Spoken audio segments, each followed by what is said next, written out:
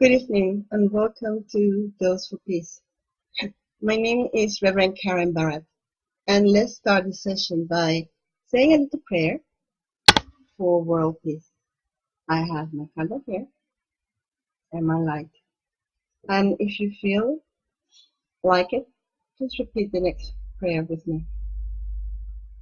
I light this candle to call upon peace. May there be peace in the hearts of all beings. May there be peace in the mind of all beings. May there be peace in the actions of all beings. May peace be our banner. May peace be our aspiration, our resolution, and our inspiration, today and always. May there be peace.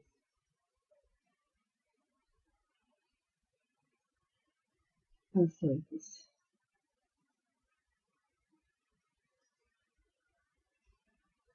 Well, as usual, I'm going to start talking a little bit about myself for the new viewers. And let me start by saying that I'm originally from Venezuela. And I've been living in the UK for the last 11 years and a half.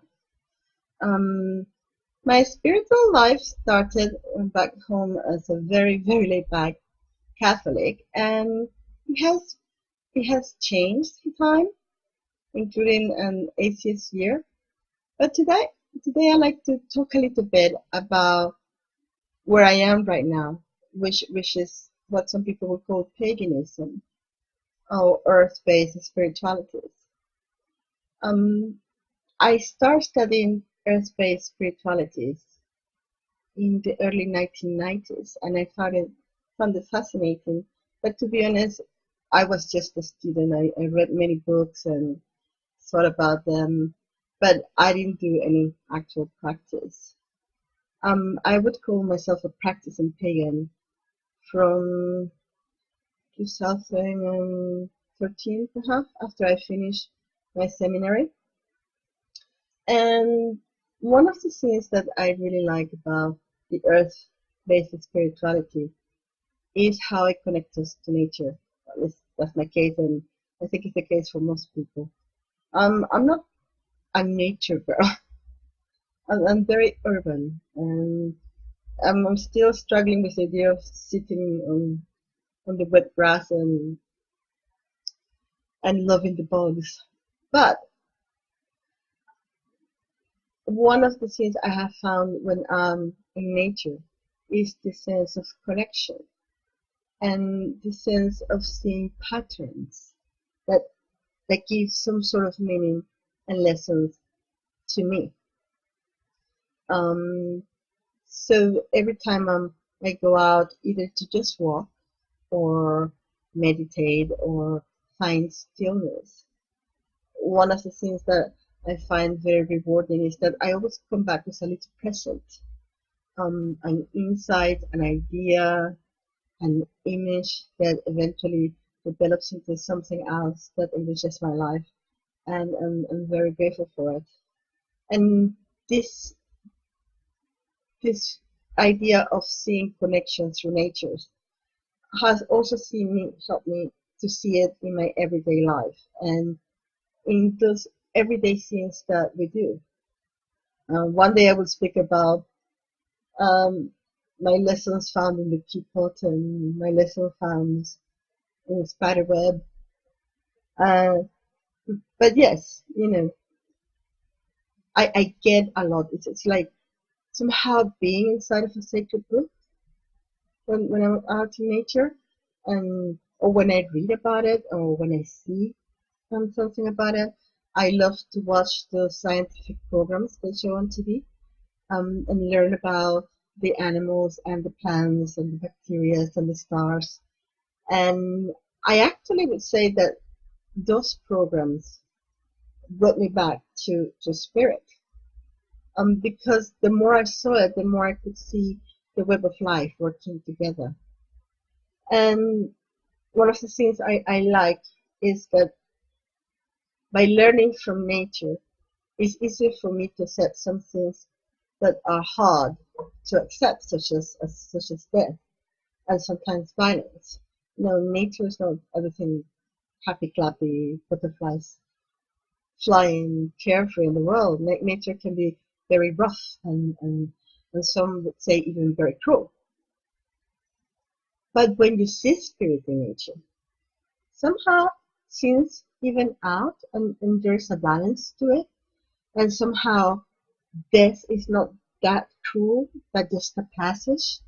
And you understand that an earthquake is not a punishment from an angry divine, but the price to pay for living in a human, I'm sorry, in a planet that is alive and that actually needs to move to release energies.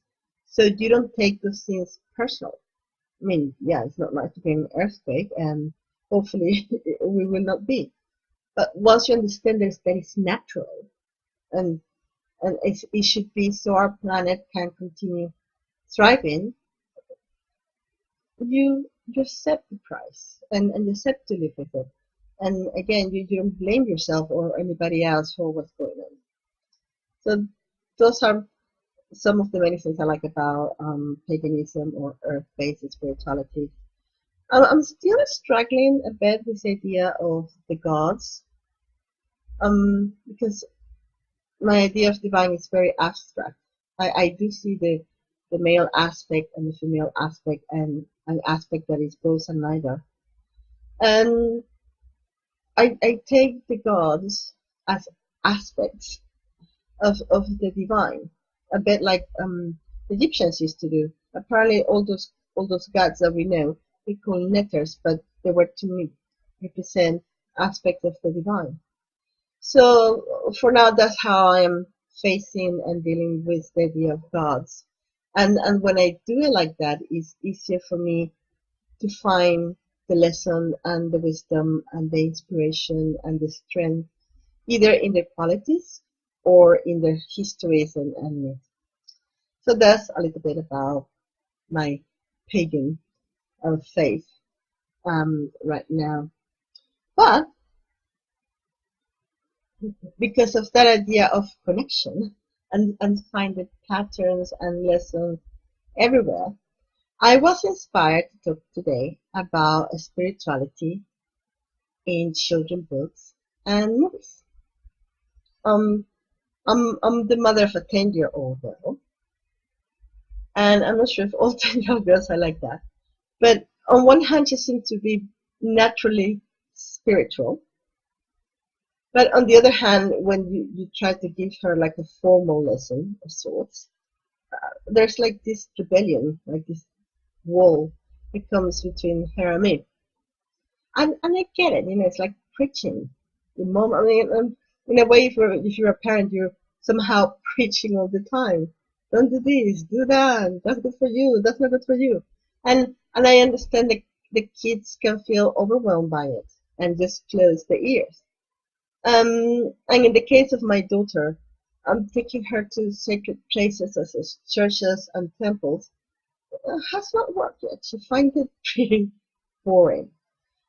So the solution I have found has been to introduce spirituality in a gentler way through histories, or sorry, through stories and movies. She loves movies a lot. And I think that a lot of us, either if you're a parent or a grandparent, you may find yourself in this situation. So I have made a little, very little, list of spiritual books and movies that you may wish to share with your child or grandchild, either to just give them the chance to see it or read it and let them decide if there's anything for them that can help them in their everyday life, or by doing it together and then having a discussion afterwards. So I have some books here. Some of them are obviously spiritual, but they're aimed to children, and of course that makes it more gentle. So I'm not sure if we can see it in camera here. This is my daughter's first Bible, and it's a children's Bible. Okay, because it's a children's Bible, the stories are edited to be very gentle and to be seen from the eyes of love. And sometimes I think it's a bit of a trickery, because let's be honest, to read the Bible is not easy. You do find a lot of violence in the Bible if you read it literally, which kids do tend to do when they're young. So to have a child's version of it, I find very helpful. You have cute drawings. Not sure if you can see them there.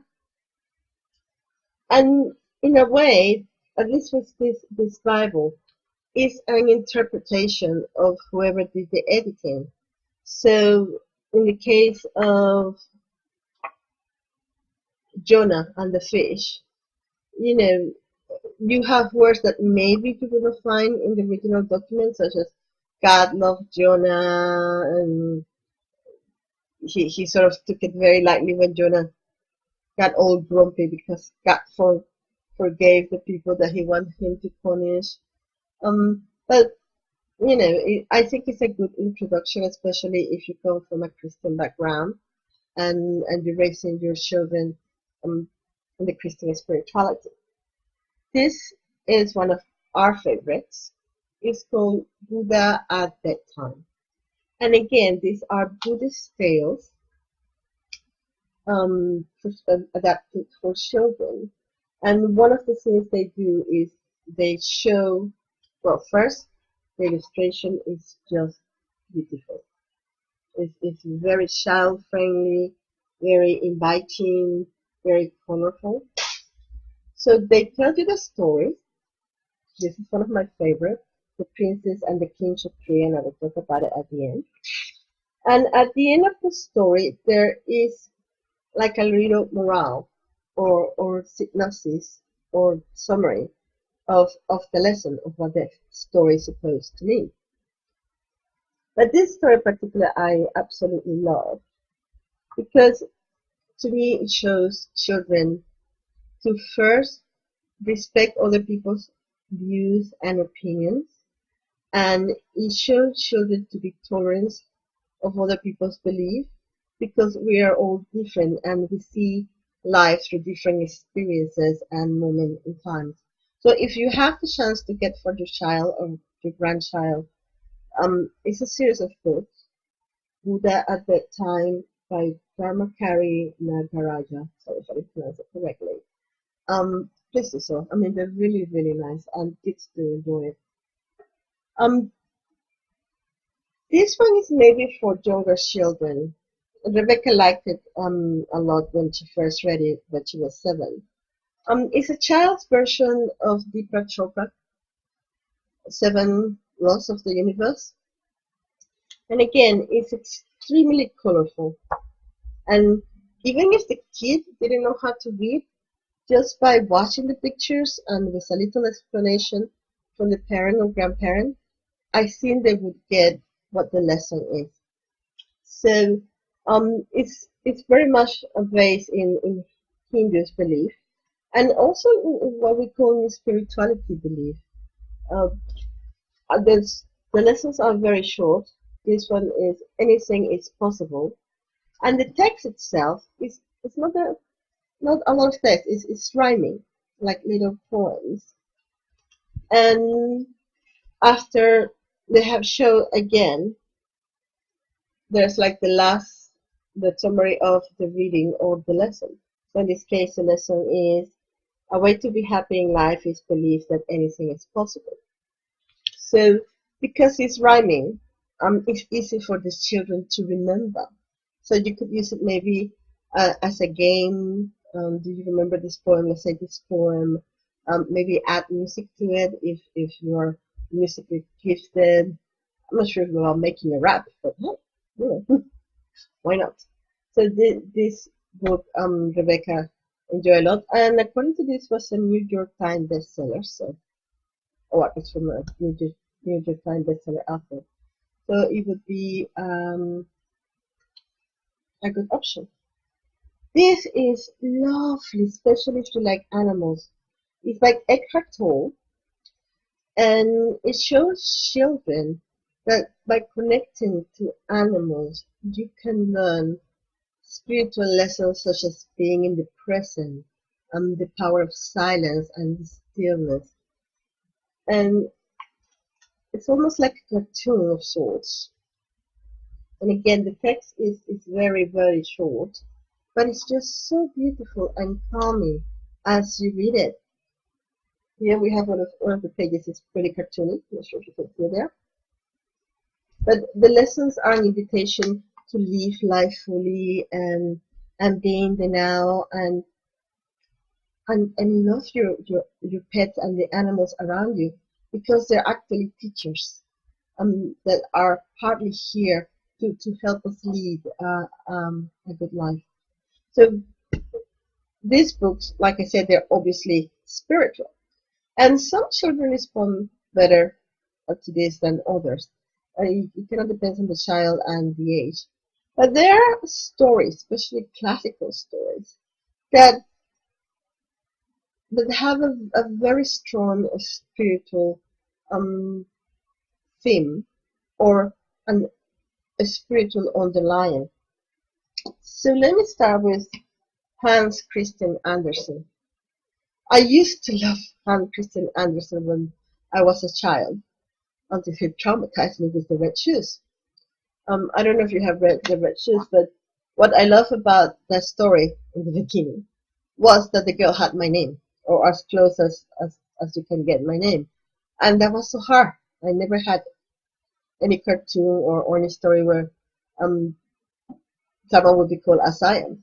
And I started reading the story really, really excited, and the end is harsh, which is true for a lot of Christian Andersen's stories.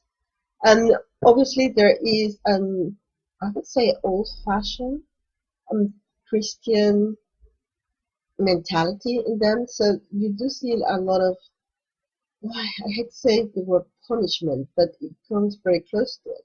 Still, there's some stories there that I love, and kids will like it. And there are lessons to be learned, life lessons and spiritual lessons. One of the stories is the fir tree. Now, when people read the fir tree, the first lesson they get is, the problems you can get yourself when you're too vain and maybe too ambitious.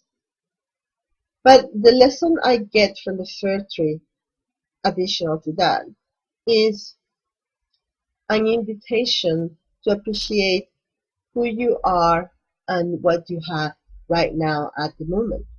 The problem with the little fir tree, he was always a beautiful tree, and everybody admired it.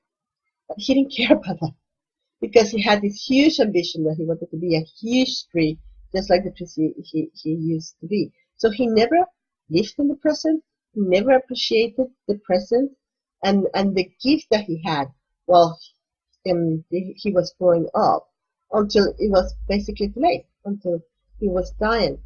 So I think that's the main lesson, and enjoy each stage of your life and see the beauty in it, and all the opportunities that you're having at that moment. And it's not that you don't think about the future or that you don't have ambitions, but maybe take it a bit slowly and go with the flow and be grateful for who you are and what you are. Another story from Christian Andersen that I like a lot is The Emperor's New Clothes. I'm not sure if you know this one, but it's an emperor that everybody admire and fear, and the emperor was very vain. So two Silvers come and convince him to make an invisible attire, which was to be invisible for people who were either stupid or not appropriate for whatever job they were doing. And the worst gets out. So everybody, is they're trying to save their skin. And when they obviously see that there's nothing, they pretend there's something there, just because they don't want to look like fools, or they don't want to lose a job.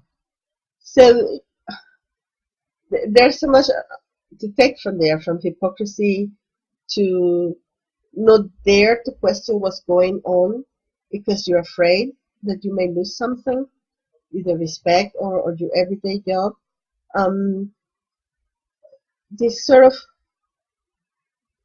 moment that people have that they don't dare to trust in their friends or trust their family and say, I have a doubt. I don't see any attire, and hope that they will respond kindly and help you with your doubt. And then, of course, we have the little kid at the end that says, the emperor is naked.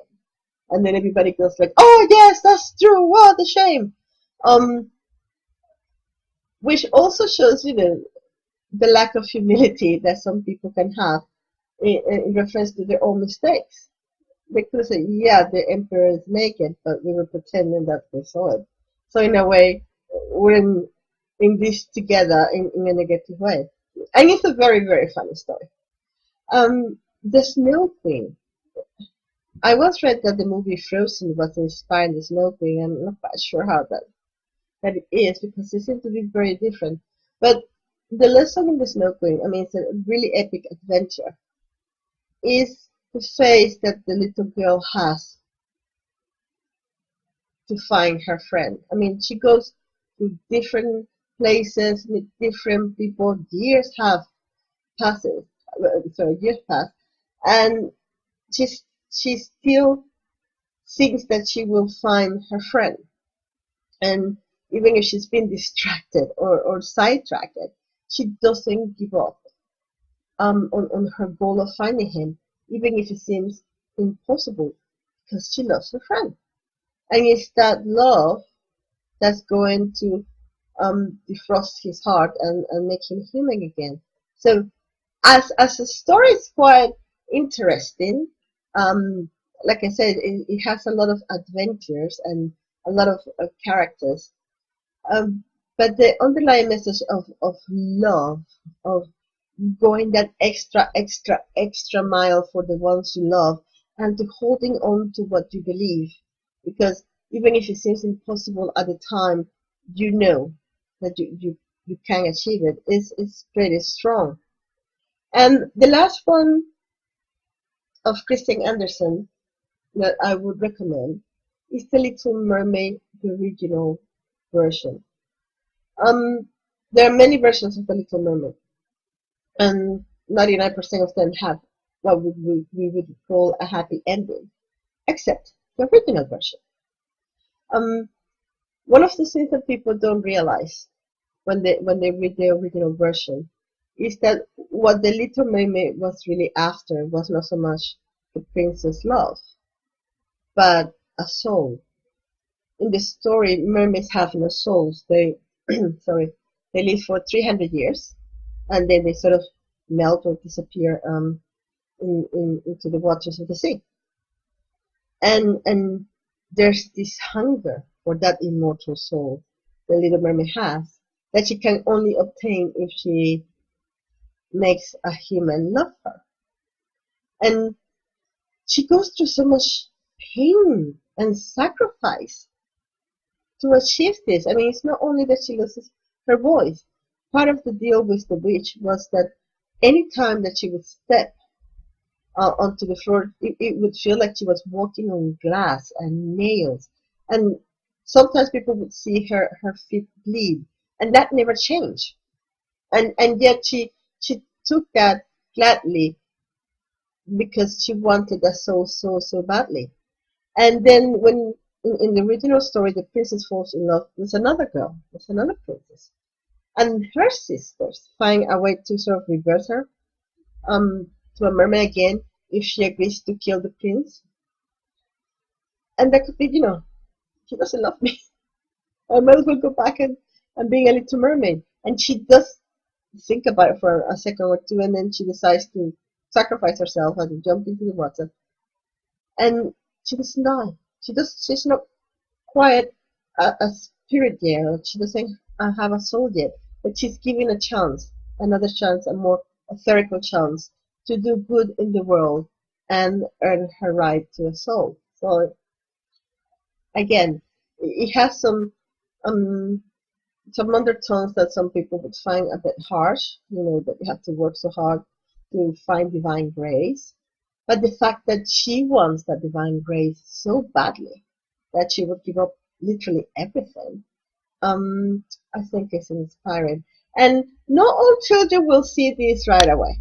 I mean, I didn't realize this until I was way in my 20s, and I sort of reread the story. But once I realized it, it made me think about the relationship of people, the divine, and immortality.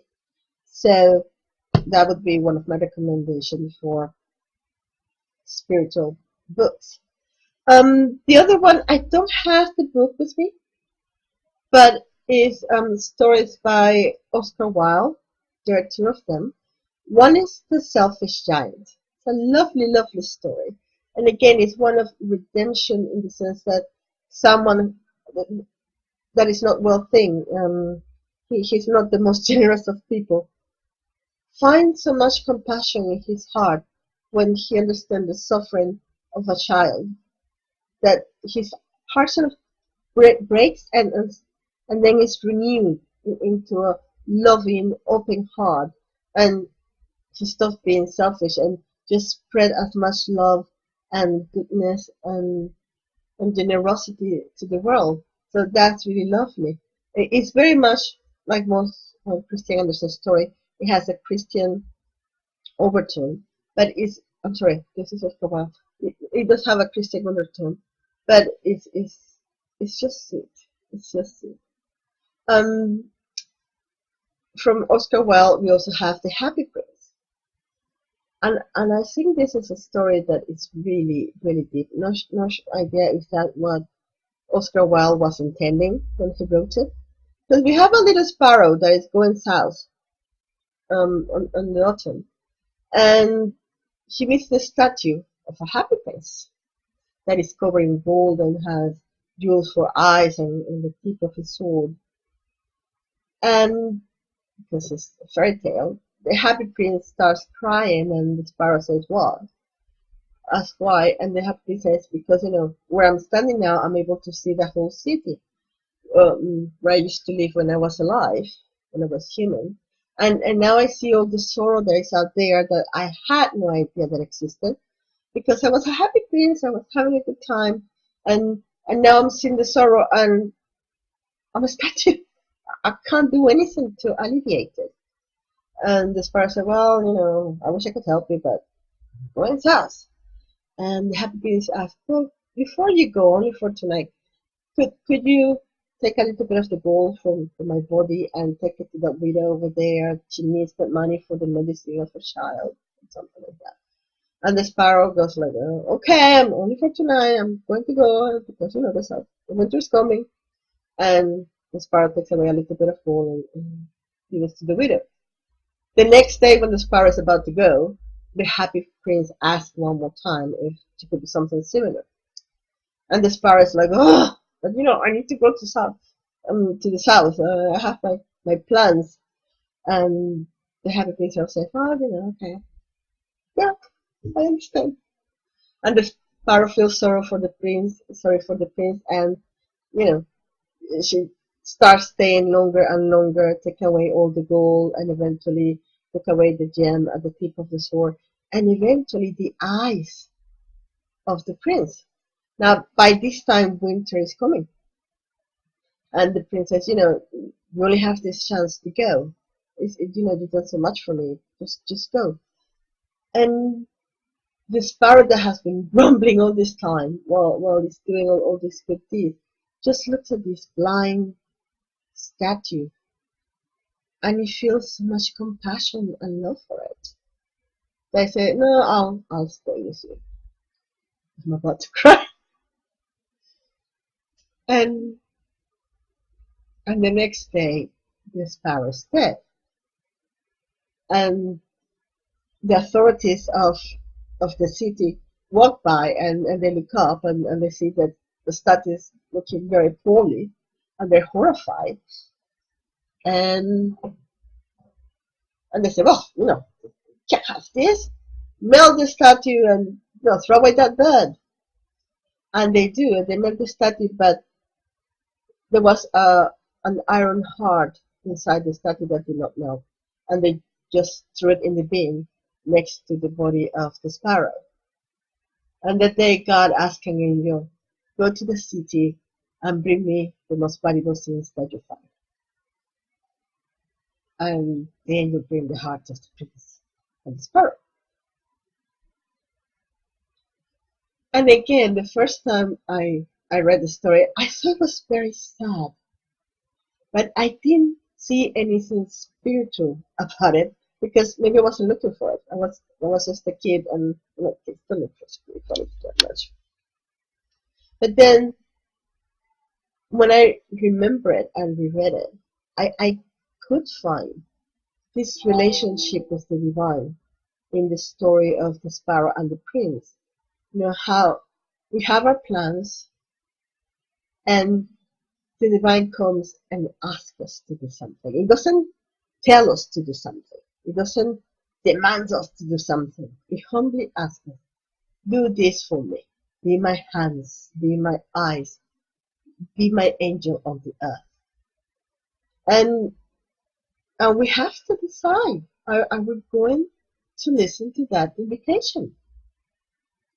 Or are we going to go and live our grand life or the plans or the ambitions we had? And, you know, the happy prince never called the sparrow, oh, the selfish little bird. Even to the end, you know, it was always a question, asking for a favor. Would you do this for me? So through you, I can do good to others. And all of us who have been in the spiritual path know this story, because that's why the spiritual path.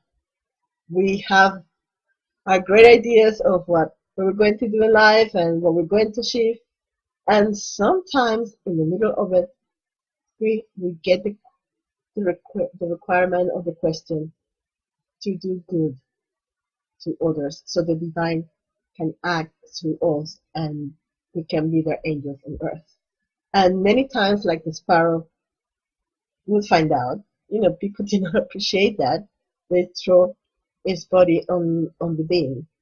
And people did not even appreciate the version of the divine that they had in that gold statue that they say they love so much.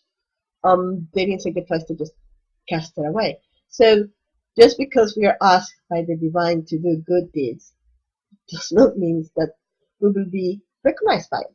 And that's not the point of it. The point of it is to feel so much love for the divine, and through the divine feel so much love for everyone else that we're willing to not go to the south for the winter and stay in the harsh conditions or the difficult conditions or simply the conditions or circumstances we didn't want to be in the first place, so we can do good. So yes, I love the story. A bit more happy than that. I don't want to cry anymore.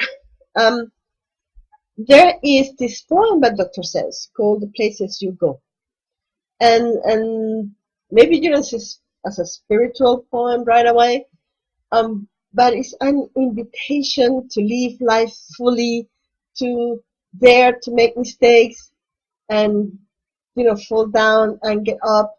Understand that some people will love you and some people will not.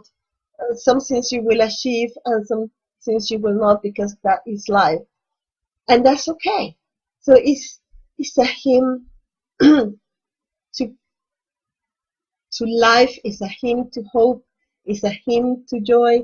It's a hymn to create, to use our creativity and our talents and our gifts, and to really be part of the world, not only for others but also for ourselves.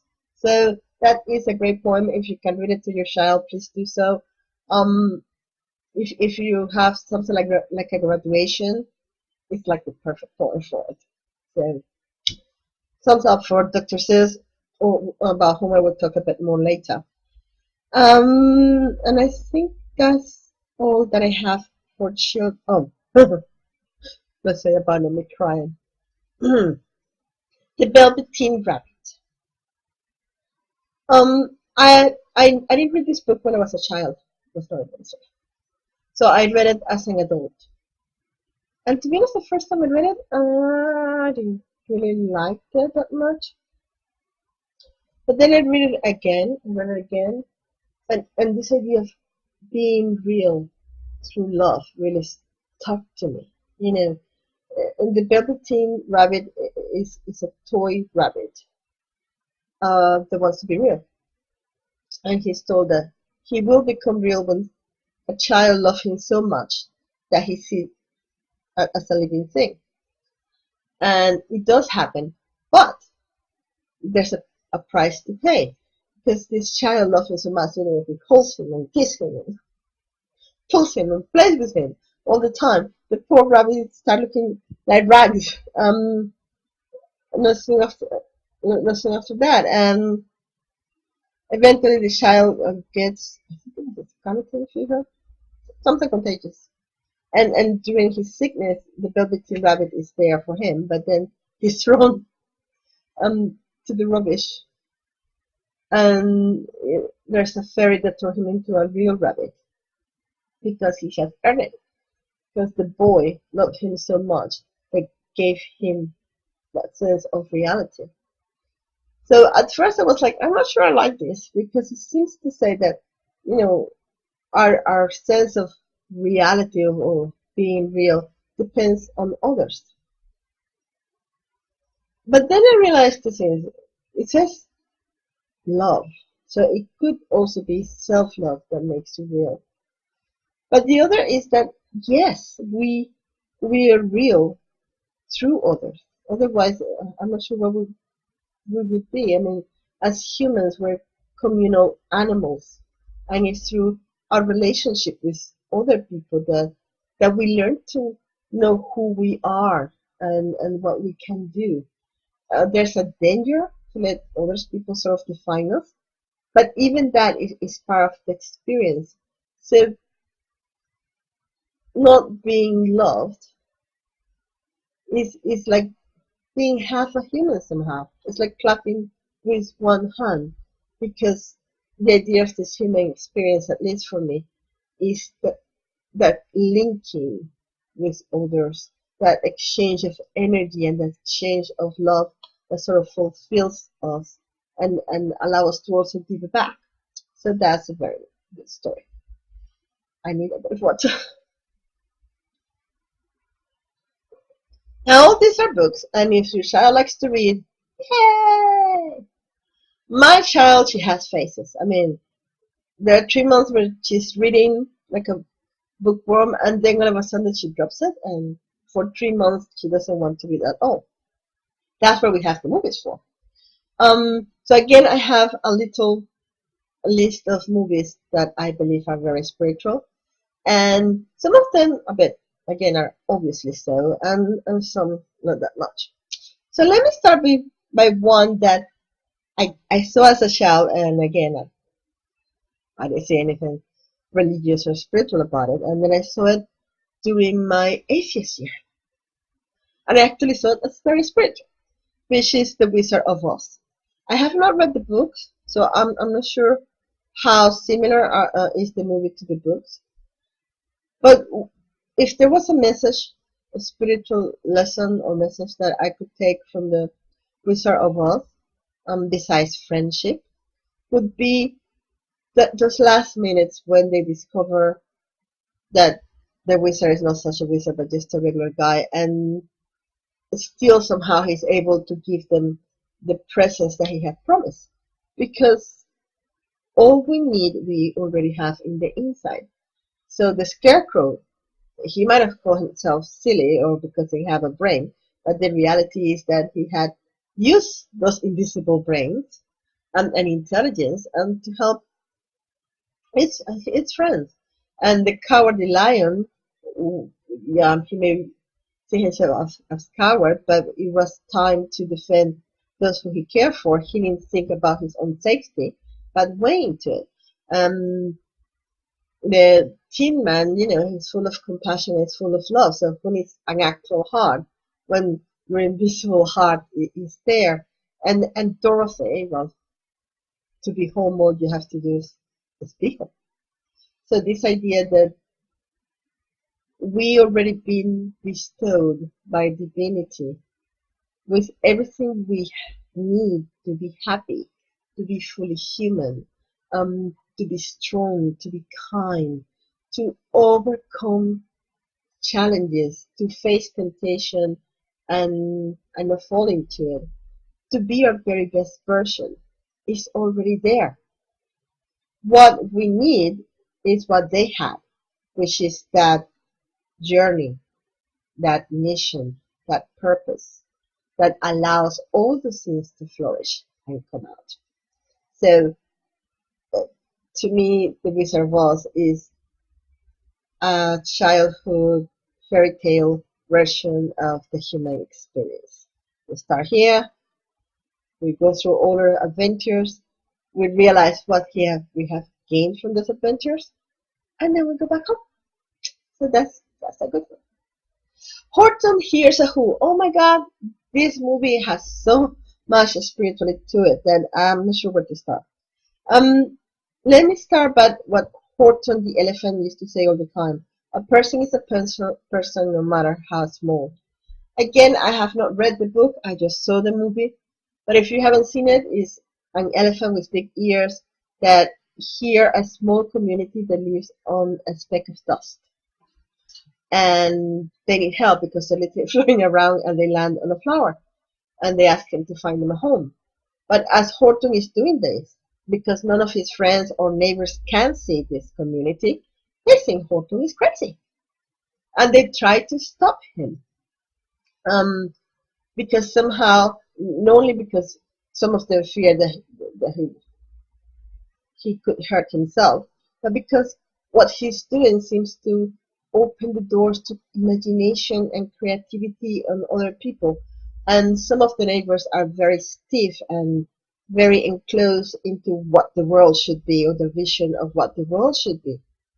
So the thing with Horton is that he's totally faithful to his truth.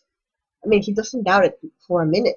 Even if they tell you, there is nothing there, he said, no, sorry, it's like I can hear it. I know where I'm hearing, and I know what I need to do, and there are very tiny, tiny people there who need my help, and I will help them no matter what. And in some way, the same is happening with the Who's. The mayor of the Who is communicating with Horton, which would be like the gray elephant in the sky. But nobody else can see it. So again, he's being questioned. His sanity is being questioned. His vision is being questioned. And the mayor does doubts a bit more than Horton. But then again, he realizes that if he doesn't trust this voice in the sky, his family and friends and his whole society will be destroyed. So this mayor is very, very shy, but he finds this strength to face his people and make a stand. So that's an excellent lesson to learn. There was another one. Oh yes, the mayor's son is, I guess he's going through his teenage years, and he's not respecting his dad very much. And he has to sort of thinking of what's the difference. I'm so small and so tiny. What difference can I make in the world? And there's a moment when Horton asks the Who to make a lot of noises, so his friends and neighbors can hear them because they're about to be boiled alive. And all the little horses start screaming, "I'm here! I'm here! I'm here!" And they're not listening. And then the mayor realizes there's one voice missing, and that is of his son. So he gets them and says, "You say I'm here." And the voice like, "What difference will it make? And please say it." And the voice trusts his father and accepts to scream, "I am here." And that was just the little voice that was needed for the big animals to listen and to realize the mistakes that they had made and the tragedy they were about to help create. So it is a good lesson on learning that no matter how small or insignificant you think you are, your voice is important. Because maybe on its own it's tiny, but when you add it with other voices of people who think like you, who have the same ideals of you, who want to work for the same cause of you, all those voices together can make enough noise to make a difference. So if that's not a good lesson, I don't know what it is. Still have a little bit of time. The Lorax. The Lorax again is by Dr. Seuss. And again, I have not read the book. But the Lorax feels very contemporary. Because on one hand, we have this unloved, uncared child whose family don't think much of him, and we really don't know why. He seems like a nice guy. But he needs the recognition so badly that he's out after fame and fortune and triumph, no matter what. He doesn't care how this becomes rich or famous. All he cares that he becomes rich and famous, so his family would love him. Okay? And then he goes to the woods and he starts cutting trees here and there, trying to come with a big scheme or a big plan. And the Lorax and the animals sort of, they do try to stop him a little bit, but they don't make much an effort. But especially the animals are interesting because in a way they're enablers of their own tragedy. Because the ones here buys them out with chocolates and sweets. So the animals cannot see the ecological tragedy that is coming. And they really don't care. Because who cares about 2 or 3 or 4 trees when you're having candy? And the Lorax speak to the ones here. You're trying to convince him that cutting trees is not really a good idea. And the ones here, he kind of listens, but not yet. And they come to sort of an agreement. Okay, I will cut this number of trees. That's all I need to become rich and famous. And then I will leave the rest of the forest alone. But again, on one hand, ambition, and on the other hand, the seeking of approval of his families makes him break that deal. Okay, and the Lorax keeps on warning him of what's going to happen, and he just simply refuses to listen until eventually every tree in that world or in that community is destroyed, and there's a whole generation that has not seen a real tree.